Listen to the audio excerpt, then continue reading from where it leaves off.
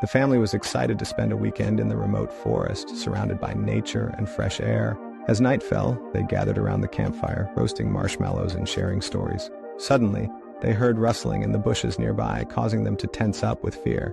A figure emerged from the darkness, revealing a wild-eyed man with a sinister smile, holding a blood-stained knife. The family screamed in terror as the cannibal lunged towards them, his intentions clear and menacing. In a desperate attempt to escape, the family scattered in different directions, trying to outrun the cannibal in the dark forest. The sound of footsteps and heavy breathing filled the night as the cannibal closed in on his unsuspecting victims. Finally, the family managed to find a hidden cave where they huddled together, praying for safety from the relentless cannibal.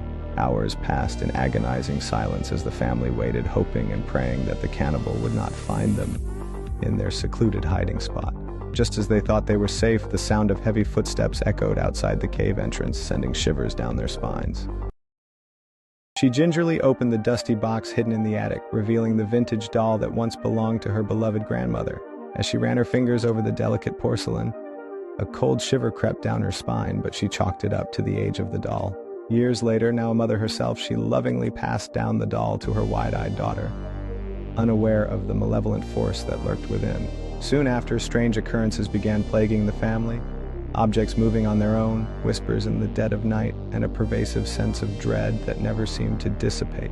Despite their attempts to rid themselves of the doll, it always found its way back into their home, its presence growing more sinister with each passing day. One fateful night, the evil spirit within the doll unleashed its full wrath, consuming the family in a terrifying vortex of darkness from which there was no escape.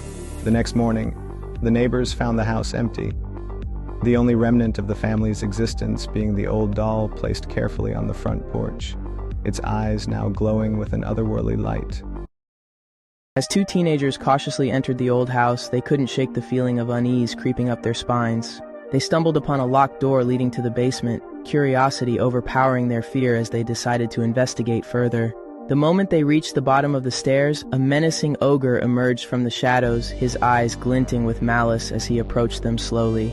The ogre wasted no time in capturing the teenagers with his massive hands, his grip firm as he dragged them to a corner of the basement and forced them to sit down in front of him.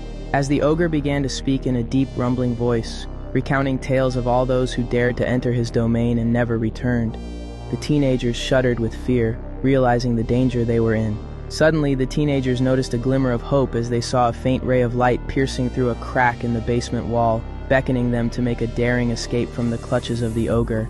With a surge of courage, the teenagers made a run for it towards the crack in the wall, dodging the ogre's attempts to stop them as they pushed against the weakened barrier, breaking free into the outside world.